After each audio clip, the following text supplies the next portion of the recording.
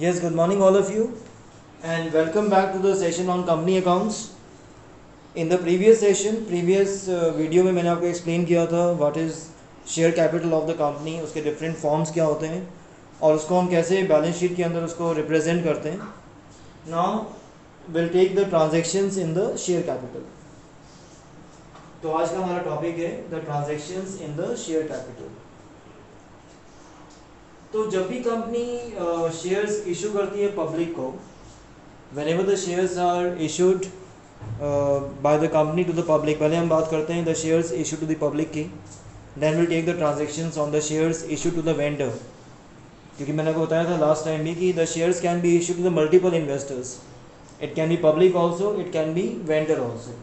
तो आज हम बात करने जा रहे हैं the transactions on the shares which are issued to the public.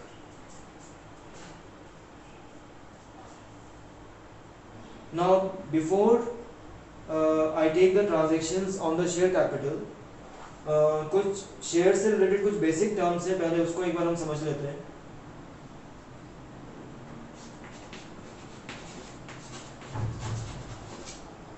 Shares के केस में एक वैल्यू होती है जिसको हम कहते हैं face value. Now what is the face value? The face value का मतलब होता है the value that is printed on the share certificate. जैसे सपोज आपके जेब में 500 रुपये का नोट है, तो उस नोट की 500 रुपये की वैल्यू क्यों है? क्योंकि आप देखेंगे उस नोट के ऊपर जो फिगर डली हुई है वो डली हुई है 500, 500. That is why what is the face value of the currency 500. तो इसीलिए इसी हिसाब से जो हमारे जो शेयर सर्टिफिकेट्स होते हैं, जो शेयर डॉक्यूमेंट्स होते हैं, उस पर जो भी वैल्यू डली होती है, जो भी वैल्यू उस पर प्रिंटेड होती है, उसको हम बोलते हैं face value of the share. ज़्यादातर केसेस के अंदर जो इक्विटी शेयर्स होते हैं उनकी face value in most of the cases is 10, और जो हमारे प्रेफरेंस शेयर्स होते हैं ज़्यादातर केसेस में उनकी जो फेस वैल्यू जो होती है दैट इज ₹100. अब ये जो शेयर्स होते हैं they can be issued at par or they can be issued at premium. पार का मतलब क्या होता है कि जो फेस वैल्यू है हम उसी कीमत के ऊपर हम शेयर्स को इशू कर रहे हैं, यानी कि सामान की जो भी प्रिंटेड वैल्यू है हम उसी रेट पे वो सामान बेच रहे हैं, उसको हम कहते हैं पार. पार का मतलब होता है इक्वल. तो दैट मीन्स इस केस में जो issue price of the share होगा that is going to be 10 rupees only. Par का मतलब होता है that the shares are issued at the face value. तो अगर हम इक्विटी की बात करेंगे तो इशू प्राइस होगा 10 rupees, this is for equity. और अगर हम बात करेंगे यहाँ पे प्रेफरेंस शेयर्स की तो उसका जो इशू प्राइस होगा that is going to be 100. Again in most of the cases companies क्या करती हैं, they issue the shares at premium. Premium का मतलब क्या होता है कि हम जो कीमत लेते हैं शेयर होल्डर से वो हम फेस वैल्यू से ज़्यादा लेते हैं.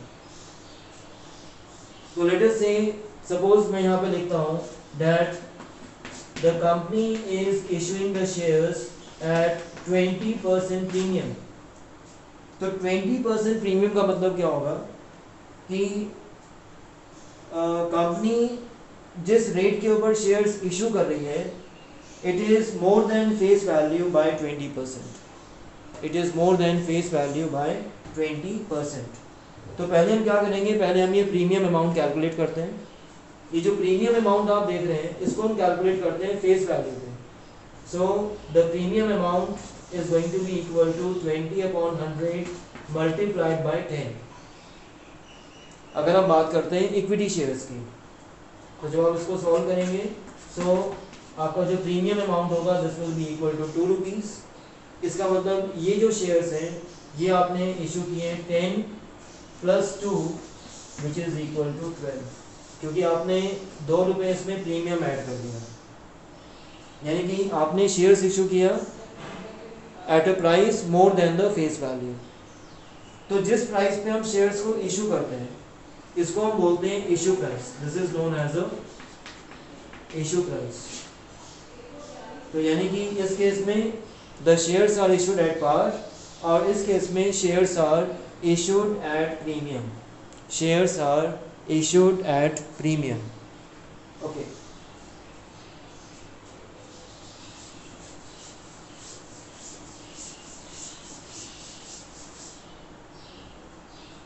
अब जब भी शेयर्स इशू किए जाते हैं शेयर होल्डर्स, पब्लिक को या शेयर होल्डर्स को, तो उस प्रोसेस के अंदर बहुत सारी स्टेजेस इन्वॉल्व हो जाती हैं। सबसे पहली स्टेज आती है जिसको हम कहते हैं एप्लीकेशन। तो व्हाट डज इट मीन, इसका मतलब क्या होता है, अगर आप किसी भी कंपनी के शेयर्स परचेज करना चाहते हैं तो सबसे पहले आपको उसके लिए एप्लीकेशन फाइल करनी होती है, आपको उसके लिए एप्लीकेशन फॉर्म भरना होता है। जैसे अगर आपको कहीं एडमिशन लेना है तो हम क्या करते हैं, पहले उस कॉलेज से जाके एप्लीकेशन फॉर्म लेके आते हैं और फिर हम एप्लीकेशन फॉर्म फिल करते हैं विद द वेरियस डॉक्यूमेंट्स। बिल्कुल यही काम आपको यहाँ पे करना है। अगर आप किसी भी कंपनी के शेयर्स परचेज करना चाहते हैं, राइट, तो आप क्या करेंगे, पहले आपको एप्लीकेशन फॉर्म फिल करना होगा, और जो एप्लीकेशन फॉर्म है वो आपको ब्लैंक नहीं फिल करना होता, उसके साथ आपको एप्लीकेशन मनी देना होता है। You have to submit the application form along with the application money। और यहाँ पे एक सेबी की गाइडलाइंस आ जाती है कि जो एप्लीकेशन मनी जो है, this should be equal to minimum 5% of the nominal value या फेस वैल्यू।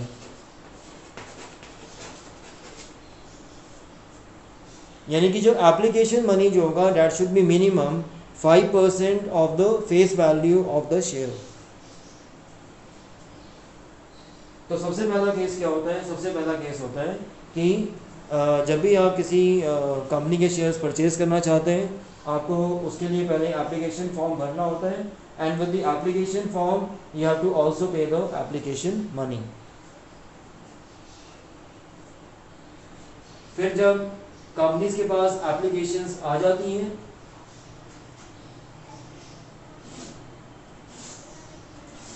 तो फिर यहाँ पे there are 3 different kinds of possibilities। एक possibility है that they receive more applications than what they want to issue। यानी कि एक कॉलेज के पास मान लो 500 सीट्स हैं, लेकिन उनके पास 1000 एप्लीकेशंस आ गई, यानी कि वहाँ पे 1000 लोग एडमिशन लेना चाहते हैं, लेकिन सीट कितनी है उनके पास 500, तो इसका मतलब ये हो गया मोर एप्लीकेशन। एक यूनिवर्सिटी के पास मान लो 500 सीट है, लेकिन उनके पास सिर्फ 400 सीट्स के लिए एप्लीकेशंस आती हैं, ये हो गया that they have received less number of application. और एक होता है बाय सम कोइंसिडेंस, ठीक है, you receive the applications in equal number. तो जब आप एप्लीकेशंस रिसीव करते हैं, so your application number can be more than the number of shares what you want to issue, it can be less than the number of shares you want to issue, or it can be exactly equal to the number of shares to be issued। यानी कि जो आपके पास applications आती हैं for the number of shares, so that application number can be more than what you want to issue, it can be less than what you want to issue, and it can be equal to the issued amount। तो ये वाला जो case होता है इसको हम बोलते हैं over subscribe, this is known as over subscribe. ये जो लेस वाला केस होता है इसको हम बोलते हैं अंडर सब्सक्राइब,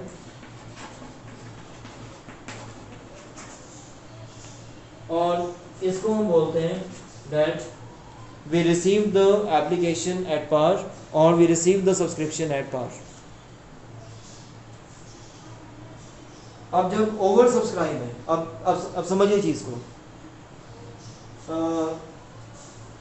कंपनीज ने मान लीजिए 5000 शेयर्स इशू करने हैं, कंपनी ने कितने शेयर्स इशू करने हैं, लेट अस से 5000। तो इसका मतलब क्या हो गया कि यहाँ पे उनके पास एप्लीकेशंस आ जाती हैं 7000 शेयर्स के लिए। लेट अस से यहाँ पे मान लेते हैं कि उनके पास एप्लीकेशंस आ जाती हैं 4500 शेयर्स के लिए, और यहाँ पे उनके पास एप्लीकेशंस आती हैं एग्जैक्टली फॉर 5000 शेयर्स। तो अब इस वाले केस में कंपनीज क्या करेंगी? इस वाले केस में उनके पास एक तरीका है कि कुछ एप्लीकेशंस को रिजेक्ट कर देंगे। They will reject the applications, that means they will reject the applications for 2000 shares and the remaining applications are going to be considered. यानी कि ये जो 7000 एप्लीकेशंस आपने जो एप्लीकेशंस रिसीव किए फॉर 7000 शेयर्स, उनमें से एप्लीकेशंस फॉर 2000 शेयर्स जो है उसको आप रिजेक्ट कर दोगे, उसको आप कैंसिल कर दोगे। यानी कि उनसे जो भी आपको पैसा मिला वो आपने उनको वापस कर दिया। और on the remaining applications you will allot 5000 shares. That is one way of doing it. दूसरा तरीका होता है कि ये जितने भी एप्लीकेंट्स हैं उन सभी को आप 5000 शेयर्स इशू कर दोगे इन अ फिक्स रेशियो, यानी कि आपने किसी भी एप्लीकेंट को खाली हाथ नहीं भेजा, कुछ ना कुछ शेयर्स आपने सबको दे दिए, so that every applicant gets a certain number of shares। और वो रेशियो आपने क्या रखे, ये बहुत सामने आपके क्लियर आ रही है यहाँ पे, वो रेशियो क्या बन रही है यहाँ पे 7:5।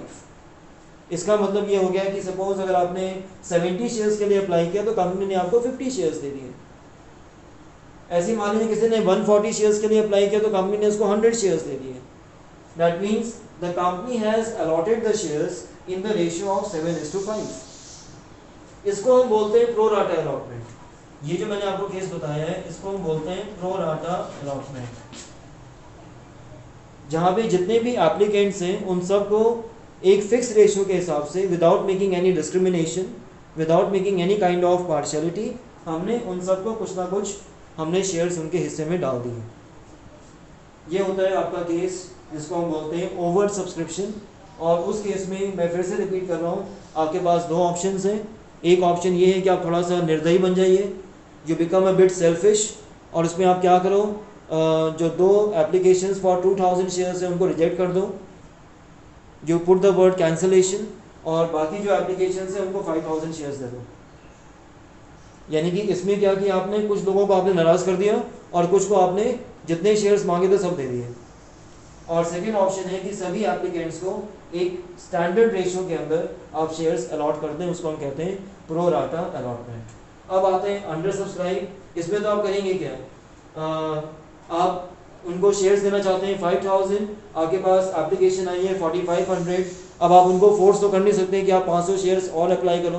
तो ऑब्वियसली आपने क्या करना है, जितने शेयर्स के लिए आपके पास एप्लीकेशंस आई हैं उतने शेयर्स आप उनको अलॉट कर देंगे।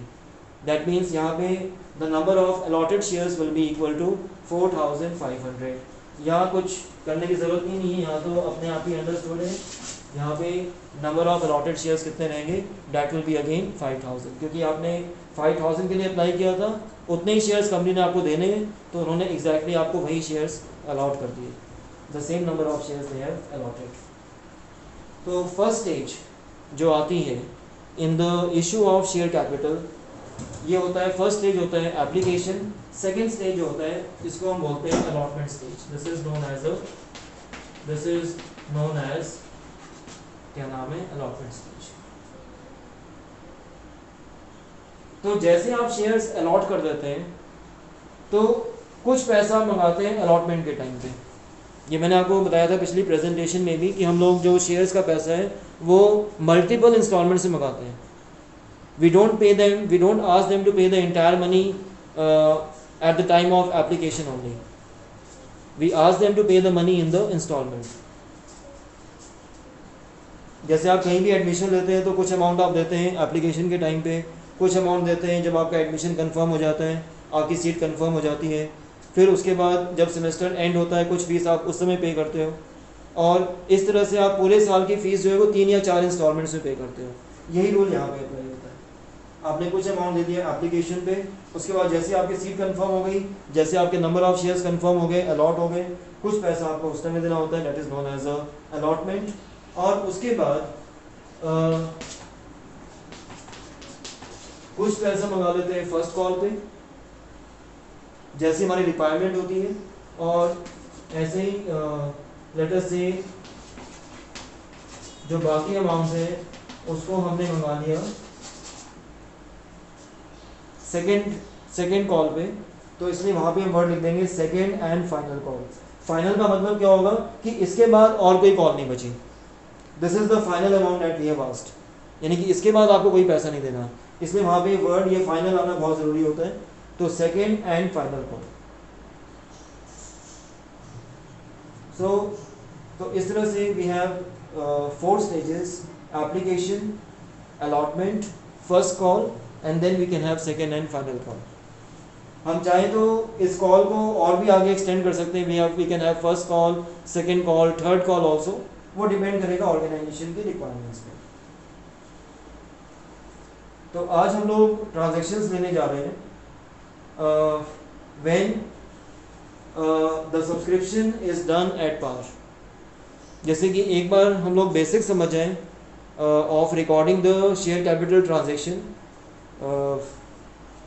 तो एक बार हमें इसकी फंडामेंटल एक बार हमें नॉलेज हो जाएगी इन ट्रांजैक्शंस को रिकॉर्ड करने की, then I will take the case of how to deal with the over subscription, और कुछ स्पेशल केसेस भी आएंगे उसके अंदर जहाँ पे there is a call in advance and there is a call in arrears. चलिए, अब मैंने एक वो बात छेड़ी है कॉल इन एडवांस और कॉल इन एरियर्स की, तो इसको भी एक बार हम समझ लेते हैं। कुछ लोग बहुत जल्दी में होते हैं, तो वो क्या करते हैं, वो ये जो कॉल का पैसा आपको एडवांस में दे देते हैं, राइट? तो उसको हम बोलते हैं कॉल इन एडवांस, उसको हम बोलते हैं कॉल इन एडवांस। जैसे सपोज आप कॉलेज में गए फीस जमा कराने के लिए, अभी आपका फर्स्ट सेमेस्टर चल रहा है, तो एज पर द रूल अभी आपको सिर्फ फीस पे करनी है फर्स्ट सेमेस्टर की, उसके बाद जब सेकेंड सेमेस्टर स्टार्ट होगा तब आपको फीस पे करनी है सेकेंड सेमेस्टर की। लेकिन बहुत बार हम क्या करते हैं फॉर द कन्वीनियंस, ठीक है, हम जो फर्स्ट सेमेस्टर के साथ ही वी पे the fees for the second semester also, हमने फर्स्ट के साथ ही सेकेंड सेमेस्टर की फीस को पे कर दिया, जैसे कि बाद में ना तो कंपनीज को प्रॉब्लम हो ना आपको प्रॉब्लम हो, क्योंकि बहुत बार होता है कि वो अमाउंट हमारे दिमाग से स्किप हो जाता है। तो जब हम पैसा कोई भी एडवांस में पे कर देते हैं बिफोर इट्स ड्यू डेट, उसको हम बोलते हैं कॉल इन एडवांस। और ऐसे ही कुछ शेयर होल्डर्स आपको ऐसे मिलेंगे जो हमने पिछले एग्जाम्पल में डिस्कस किए थे, जहाँ पे we have the call in arrears who are unable to pay the call money in time, जो कॉल का पैसा टाइम पे नहीं दे पाते हैं, यानी कि जो फीस की डेट है वो उसकी ड्यू डेट आ चुकी है, उसकी ड्यू डेट आके जा भी चुकी है, but still the amount remains unpaid, जिसके लिए वर्ड आता है अनपेड अमाउंट, या जिसको हम कई बार बोलते हैं call in arrears. So now I will take a very simple case where we have issued a certain number of shares and we get the application for the same number of shares.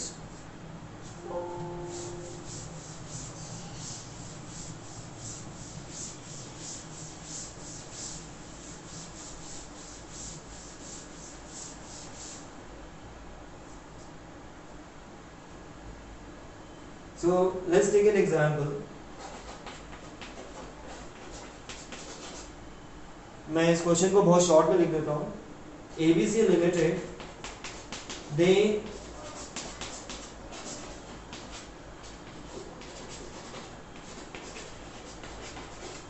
invites application for 5,000 shares of rupees 10 each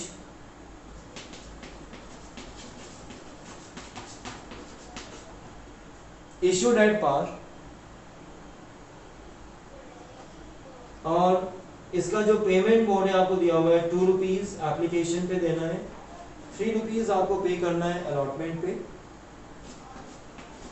2 rupees आप देंगे first call, और जो 1 रुपी है this will be your final call.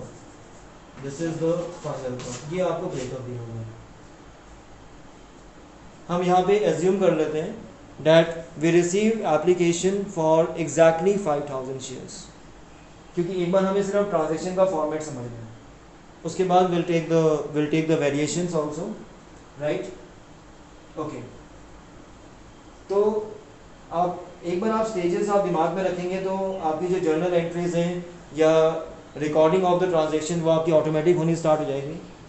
Obviously सबसे पहला काम क्या होगा कि जो भी पब्लिक है या जो भी इन्वेस्टर्स हैं they will apply for certain number of shares, यानी कि सबसे पहले जो स्टार्टिंग पॉइंट आएगा वो आएगा आपका एप्लीकेशन अमाउंट, क्योंकि स्टार्टिंग कहाँ से होगी, स्टार्टिंग होगी जब पब्लिक जो है they will apply for the certain number of shares for which they will pay the application money. तो इसलिए जब भी हम ट्रांजेक्शन्स को रिकॉर्ड करते हैं तो जो फर्स्ट ट्रांजेक्शन्स आपकी बनेगी that will be bank debit, और फिर हम यहाँ पर लिखेंगे to share application. Without going much into the rules of debit and credit, because I assume that by this particular level you are already comfortable with the basic rules on debit and credit. Otherwise मेरा एक simple फंडा है कि आपके पास पैसे आ रहे हैं, investors आपके पास पैसा डिपॉजिट कर रहे हैं इन द नेम ऑफ एप्लीकेशन, तो ऑब्वियस है आप क्या करेंगे, बैंक अकाउंट को आप डेबिट करेंगे, इसके आगे अमाउंट लिखेंगे कि कितना आपके पास अमाउंट आया ऑन एप्लीकेशन, और ये पैसा किस रीजन से आया उसको आप यहाँ लिख दीजिए, to share application. So now आपके पास एप्लीकेशन कितने शेयर्स की आई है, 5000। What is the application money per share, 2 rupees, यानी कि हर एक शेयर के लिए जो एप्लीकेशन अमाउंट है वो 2 रुपीज़ है। सो 2 multiplied by 5000 we can write down bank account debit 10,000 to share application 10,000. This is first. Second, अगर यहाँ पे डेट डली हुई है तो आप डेट भी डाल सकते हैं, लेकिन मैं अभी डेट में नहीं जा रहा हूँ। Let's understand the concept first. तो ये आपका हो गया first transaction, bank account debit to share application. Narration में आप लिख देंगे for application money received, simple, for application money received. अब सेकेंड स्टेज में आप क्या करते हैं, आप इन शेयर्स को अलॉट कर रहे हैं, यानी कि आप इन एप्लीकेशंस को फाइनलाइज कर रहे हैं, राइट। तो जब आप एप्लीकेशंस को फाइनलाइज कर लेते हैं तो रिमेंबर आप जितनी भी एप्लीकेशंस को एक्सेप्ट करते हैं, यानी कि जितने भी नंबर ऑफ शेयर्स की एप्लीकेशंस को आप कंफर्म कर देते हैं, ठीक है, उनका जो भी एप्लीकेशन अमाउंट है that will be transferred to share capital account, that will be transferred to share capital account। तो इसलिए अब अगली जो ट्रांजेक्शन आपकी हो जाएगी that will be share application debit with rupees 10,000, और यहाँ पे आप लिखेंगे to share capital 10,000। आपके पास 5000 शेयर्स के लिए एप्लीकेशन आई थी और आपने इशू भी 5000 शेयर्स ही करने हैं, यानी कि you have confirmed all the application for 5000 shares. इसलिए 5000 शेयर्स का जो एप्लीकेशन अमाउंट बनता है 5000 इंटू 2 10,000, बिकॉज हमने सभी एप्लीकेशंस को एक्सेप्ट कर लिया, तो उसका जो अमाउंट है this amount will be transferred to share capital account. तो ये एक तरह से कंफर्मेशन एंट्री है कि हाँ ठीक है, हमने इतनी एप्लीकेशंस को हमने एक्सेप्ट कर लिया। इसके बाद आप क्या करते हैं, आप इन्फॉर्म करते हैं शेयर होल्डर्स को that this many number of shares has been allotted on your application. अब आपको अलॉटमेंट में इतना अमाउंट देना है, तो यानी कि अब हम क्या करते हैं, अब हम उनसे अलॉटमेंट का पैसा डिमांड कर रहे हैं, यानी कि हमने उनसे अलॉटमेंट के पैसे लेने हैं। तो जो पैसे हमें लेने होते हैं उसको हम क्या करते हैं, डेबिट करते हैं। All receivables are debited. तो उसी लॉजिक के हिसाब से अब हम यहाँ पे क्या लिखेंगे, will write down share allotment account debit. क्योंकि अब ये पैसे हमने मंगाने हैं उनसे। इसका अमाउंट कितना बनेगा, अंडरस्टूड है 3 मल्टीप्लाइड बाय 5000, क्योंकि हर शेयर पे अलॉटमेंट मनी 3 रुपीज़ है, नंबर ऑफ शेयर्स आपके 5000 है, तो 5000 मल्टीप्लाइड बाय 3 ये आपका हो जाएगा 15000, और इसको भी हम लिखेंगे will transfer this amount to share capital, क्योंकि अलॉटमेंट तो हम ऑलरेडी कर चुके हैं, और यहाँ लिखेंगे 15000। अभी हम ये मान के चल रहे हैं कि हमारे जितने भी शेयर होल्डर्स हैं एकदम शरीफ लोग हैं, दे आर प्योरली जेंटलमैन, और जैसे जैसे हम पैसा उनसे डिमांड कर रहे हैं वैसे वैसे वो पैसे बड़े आराम से आपको पे कर रहे हैं।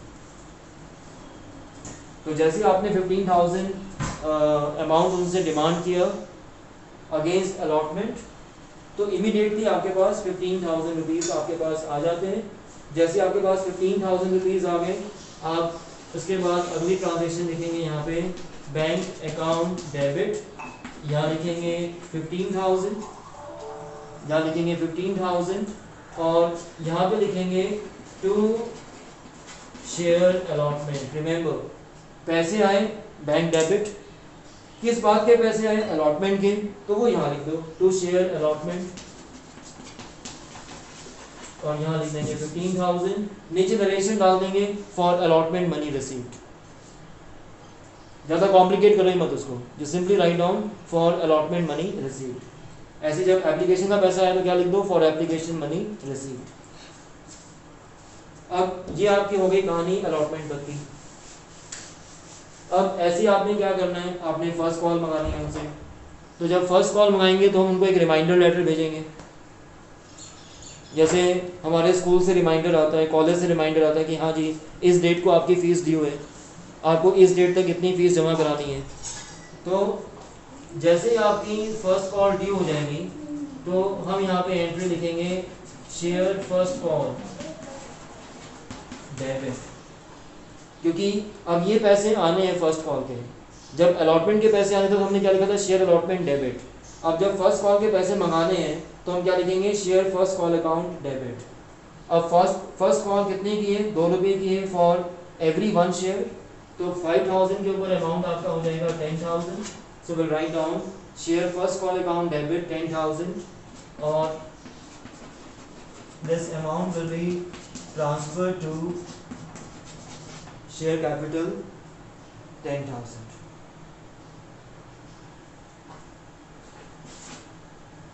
फिर से जैसे आपके पास फर्स्ट कॉल का अमाउंट आएगा, आप फिर से एक ट्रांजेक्शन लिखेंगे यहाँ पे bank account debit to share first call, और यहाँ पे अमाउंट लिख देंगे आप, क्या नाम है, 10000। बिल्कुल एग्जैक्टली यही काम करना है आपने फाइनल कॉल के लिए। सिर्फ यहाँ पे फर्स्ट कॉल है, यहाँ पे अमाउंट आएगा फाइनल कॉल।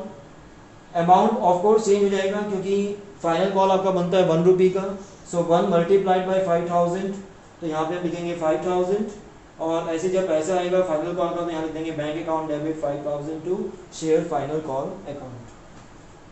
तो these are the transactions in the name of the share capital. लेकिन ये मैंने बहुत ही सिंपलेस्ट फॉर्मेट लिया है, जहाँ पे हमारे पास क्या नाम है, द शेयर्स जो हैं we have issued at par and we are assuming that all the money is duly received. So in the next you can say session we will add some variation to this problem, जैसे call in advance, call in arrears, pro rata allotment। तो वो सब जो questions हैं या practical sessions हैं that I will take in the next session. Thank you all.